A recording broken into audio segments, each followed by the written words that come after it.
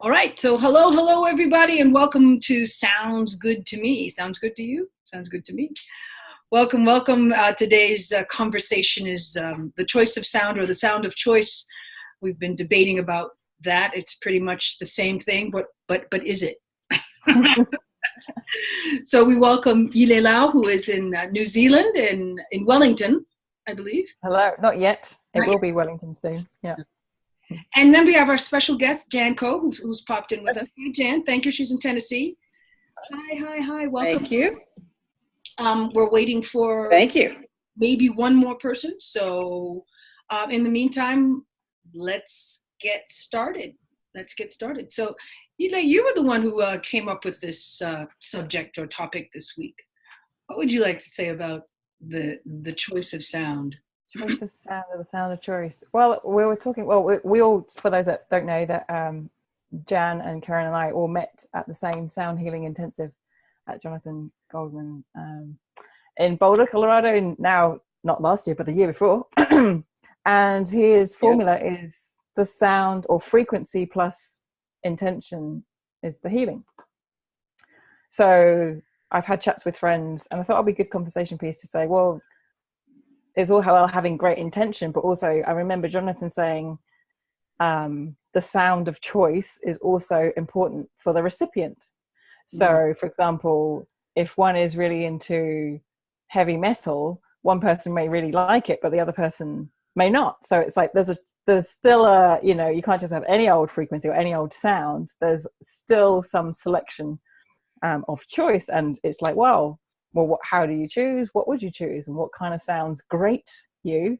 Like, I find clangy, tinny noises quite difficult for me to receive. So if I was receiving a sound healing session and that was the experience, I think I would go away pretty frazzled. So I don't know about you guys. What's your experiences and what's your awareness around the sound of choice or the choice of sound you use or received? Jan, do you want to speak up, or it's up to you? Sure. It's interesting because I was just earlier today reading a sound healing forum where somebody brought up the topic of when doing a session, and this was in the context of a group session, it's like a concert, how some people, different sounds bring up different things for different people. Like, one person may be absolutely joyous with the sound of a crystal singing bowl, and another person may be affected to cry or bring up some painful issue and how to deal with that. And I agree. And thinking about the clangy sounds, it's like, yeah, those grate on me, but if they are rhythmic, like if they're like percussion and rhythm, then I find them pleasant and interesting. So it's even in different contexts, they might be different, or at different times the same sound may be pleasing or may be grating. So I guess it's interesting. It's an interesting process as maybe the presenter of sound, to watch the perception of it and see how it is affecting, and then to feel how things are going and adjust. So yeah, I mean, I guess the intuitive journey plus the observational journey of the sound of choice is, I think, part of the learning as a practitioner. Yeah. Hopefully that made sense. Oh, no, absolutely. I think, I think it's all part of following the energy. Like, sometimes we have some practitioners have a prescribed way of doing their technique. Yeah. And you have to, that path may not be the path for every single person that you work with. One of the things that I noticed, I was doing a meditation by Joe Dispenza, and I don't know who his music people are, but he has some really fabulous meditative sounds in the background, not only music, but sounds. And in mid meditation, he's guiding the meditation, and he's taking a pause, and all of a sudden you'll hear a bang, you'll hear this really loud, like, oh my God, what was that? And I think for me personally, I like it because I almost feel like it takes me out of the euphoria for something to release. that I'm not necessarily aware of what it's releasing. Interesting. After it happens, it's like, oh, thank you. For me. Now, I don't know if it's proven that that's something that happens, because it doesn't do it all the time. It's something that happens maybe 3 times in the entire meditation, in an hour-long meditation. So when it happens for me, it's like, oh, what a relief. Kind of like sticking a fork in you to wake you up and let it go. Like you can't hold on to that. So, yeah, that was my point of view about it. And there are sounds that to me are outrageously appealing and relaxing and lovely. And then you give me a sound, like there's certain harpsichord sounds that just irritate me to no end. It's really interesting. Right. Maybe it's a past life thing. Yeah. And it's so true, like you said, Jan, is that there's one sound will be that people will really be receptive to, and I remember taking my chimes and bowls on this radio show, and in my world everyone likes the chimes, but he was the first guy was like, get those things away from me. Yeah. It's like, oh, that's funny. Wow. And it's interesting with like the group dynamic as well, like one-on-one, it's it seems to kind of flow, like I tune into the person, I'm sure you both do as well, that you kind of tailor it for that person. And in a group there's like this group dynamic, and then some will really like the bowls and some will be like, oh, that was really quite intense for me, and so you have this mixed thing, and it's like, oh, that's interesting. And the other thing I've noticed, and just as we're talking, is that perhaps is there also a relationship between, like you said, the presenter and the instrument as well? Yes. Is there some sort of communion with that object as well, and how they dance together and how they play together? I don't know what both your experiences are with that. I just want to, I had I don't know if you guys have noticed this, but sometimes when I'm playing my bowl, my singing bowl, the Tibetan bowl, that sometimes the sound is really abrasive. It's really high pitched, and then as soon as it seems like, this is my awareness around it, is that when people start to relax or their breathing calms, and then the sound starts to change, and it's like, wow. Yes. How cool is that, right? Yeah. Like, the sound is letting you know, okay, there's a little bit of incoherence, right? In the air, and the coherence is coming, but you have to be patient. But for me, it's like, oh my God, can we get there quickly? Settle down. Everybody take it. Yeah, I mean, I noticed. Oh, sorry.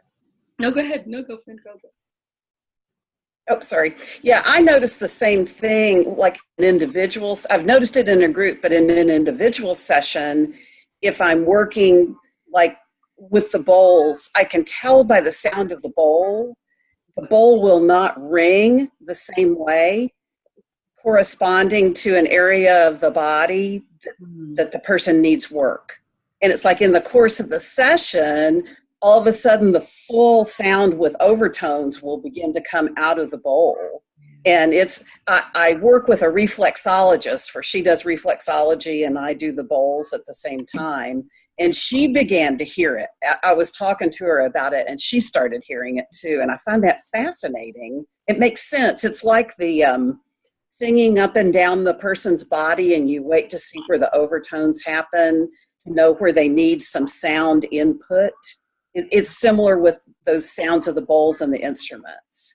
Right. And then I was going to add to what Yile said, which there's also intervals that people find pleasing and not at different times. I'll often use 2 crystal bowls across the room that are just a little off from each other to almost create that binaural situation. And sometimes there are some people who are like, oh, I love those dissonant intervals. I just love them. And other people are like, can I leave? So, I have to watch, make sure I'm not having somebody do this, but it's interesting. And then other people love those like thirds and fifths and things like that. And they're very attracted to those really Western harmonious intervals. Yeah. So it's beyond just the instrument, it's almost the overtones and intervals that you're playing with them. Right. And I wonder if they're different every time. They're not the same harmonics that are coming out of the bowl. It's the harmonics that are inspired by the people in the room. Oh yeah, that's interesting. I think that's true. Yeah, that is true. I agree. So when you're working the bowls, you have someone working the bowl on each side of the room, or you do one tone and then you go to the other side of the room. How do you do that? I have my husband on one side of the room with a bowl, and then I have my big set up in front of me. So yeah, I have my support, my friend over across the room with the other bowl. We might do them at intervals, you know, sometimes they're together and sometimes not, but I have the opportunity for them to be together. Sweet. Awesome. I've gotta get some crystal players. There you go. Yeah, it's good to have friends. It's good to have old friends. That's awesome. Choice of sound. So you use crystal bowls and Tibetan bowls, singing bowls, Jan? Yeah, my main things are the metal bowls and gongs. I've become a gong freak. Oh yeah, that's wow. Yeah, I love the gongs too. It's amazing. I love gongs, but then I've been adding crystal bowls to that over time, bit by bit. But something about the metal just appeals to me. It and I work together well. But I do love the addition of this little handful of crystal bowls that I've gotten. So sweet.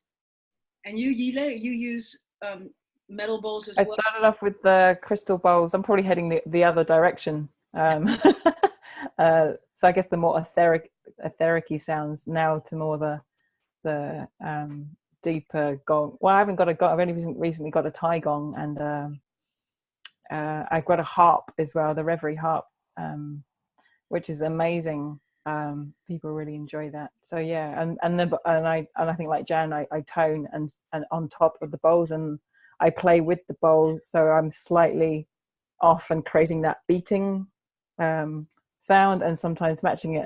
And some people say, like Jan said, it's like, oh, they absolutely love that kind of dissonance a little bit, and then I kind of allow my voice to kind of pull in to the same as the bowl as well. So right. I was reading something. I read a lot of different things, and one of the things I was reading in music therapy is that they literally will take music that is incoherent, like dissonance, as we were talking about, and create a melody that is dissonant, and then they will take the client to the next level. So they match the anxiety so that they can move past it, so that the people get past their anxiety to calm and peace. So, yes. So you're creating the uncomfortable to get, or the chaotic, which is one. Yeah, I think it's really important in my own personal development. I've learned that to actually acknowledge that dissonance, if you like, or that, I guess some people may use the labels anger or hurt or whatever. And I experienced that with a sound alchemist called Stuart Pearce, who's really well known in the UK, and he's trained a lot of well-known people, and we experienced that in the workshop. He got us to bring up all the lifetimes we've been hurt, and bring up that energy, and then we were sounding hurt, and then he got us to switch to a very healing sound of E, for example, and it's like this angelic sound. So it's that kind of allowing the energies to come up, acknowledge it, and then switch it. And it was like, wow, it was a real big release. That is very cool. Interesting. I'd like to use that. I'm going to use that. Me too. Yeah, that makes me think. But just so to add to that, so they had the person in the middle, and then the people around them sounding for that person. And so the person in the middle was where, as that whole group healing thing is, you get to witness and be part of that healing as well. And so that person was kind of held and taken through that journey as well. So did they sound as well, or did they just sit in the middle? They were given the option to sound as well. Yeah. Okay. Wow. It was really quite powerful. Wow. Right. It always makes me think of when we had our full day of toning when we were at the intensive. One of the most amazing experiences of my life, definitely up there in the top 10. Um, and that the experience of maintaining sound consistently for an hour and then having a rest for a little while and then doing it again and then listening to it as well. You know, I stayed in the room. Mm-hmm. Well, such a like, I mean, talk about literally moving your cells and your molecules it's a cleansing literally of sound. Amazing. I mean, I can talk to them because we experienced this together.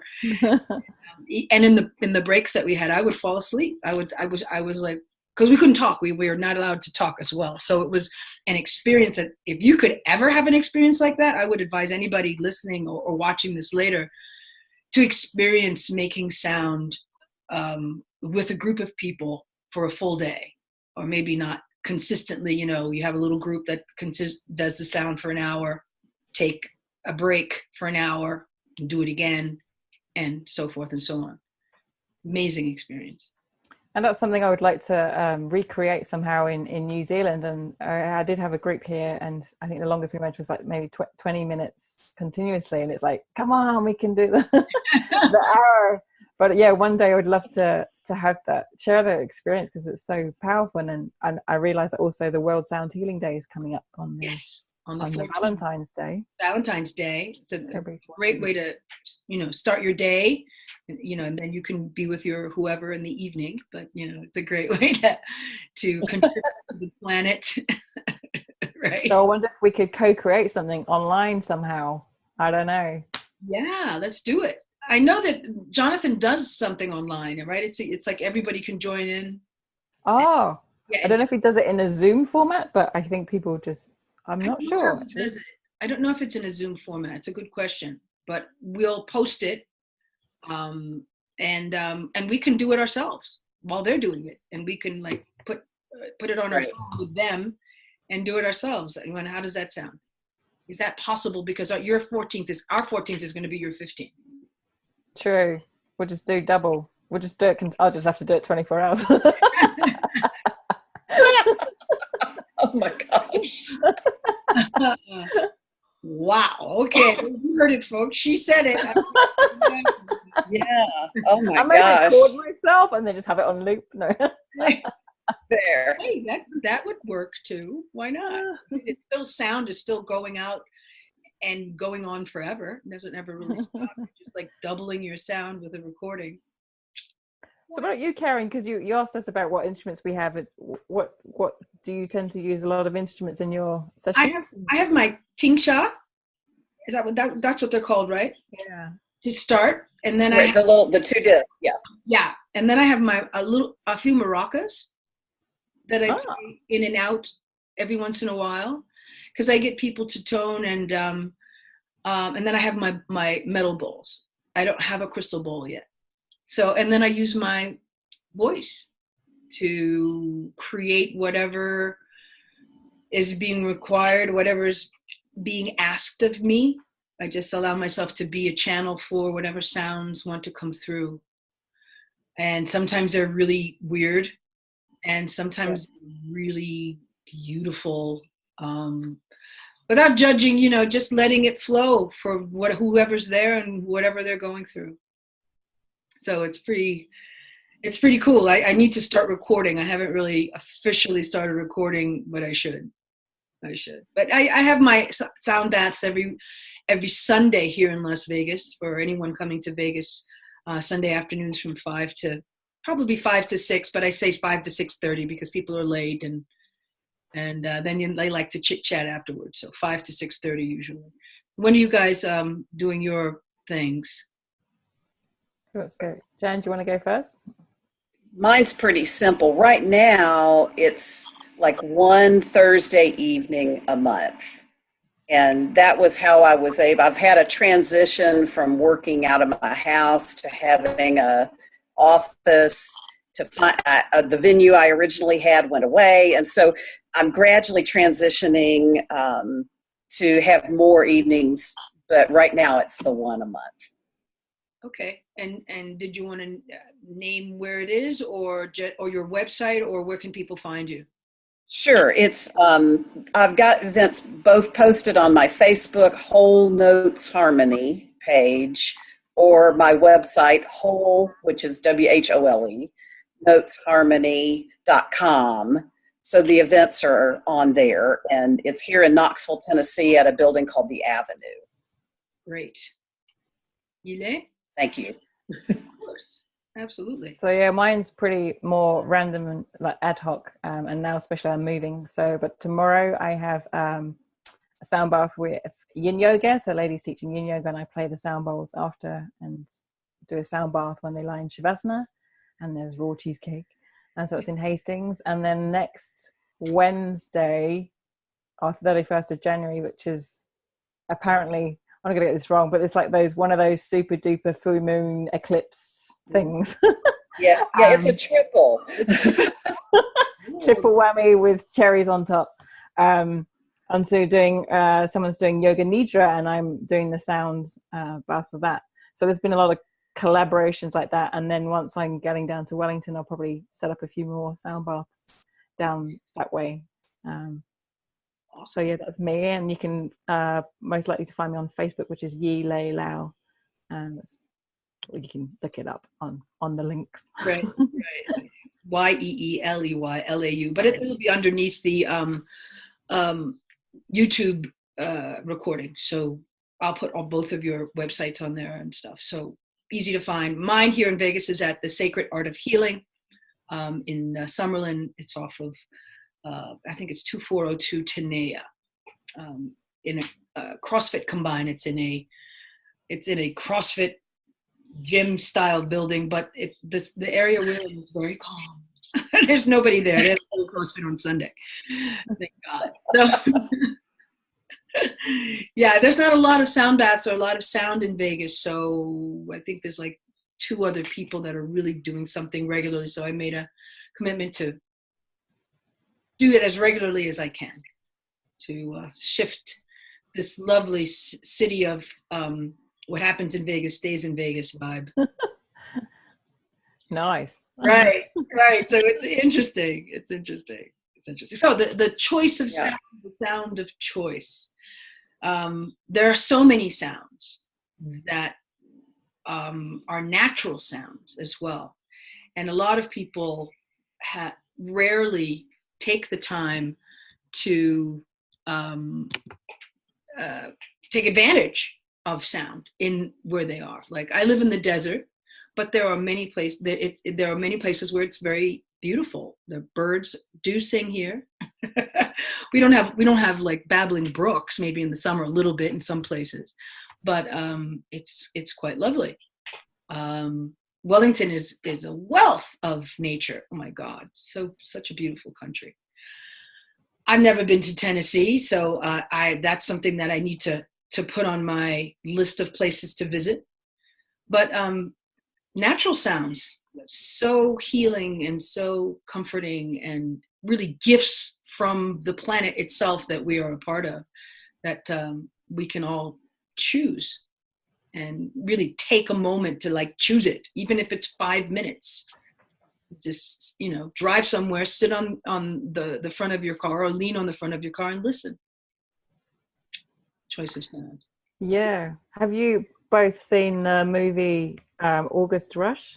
Ah, love that movie. And love that. I highly recommend it for those watching, which is about those people that love to explore sound, where this young lad does that. He follows the sound, and he's just kind of listening to the wind, and even when he gets to the city, he kind of hears it in a musicality type of way, and it's that choice of, can you hear the music in it, or can you hear just noise? And right, he composes literally from the sounds that he hears. That's how he composes.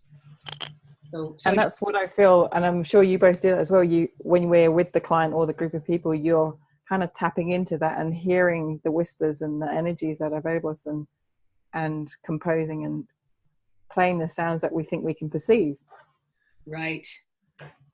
Absolutely. Today I was told that the Four Seasons, Vivaldi's Four Seasons, has the capacity to create a piece that very few pieces have been recorded to be able to do. So I was listening today on my walk. It was glorious. It was beautiful.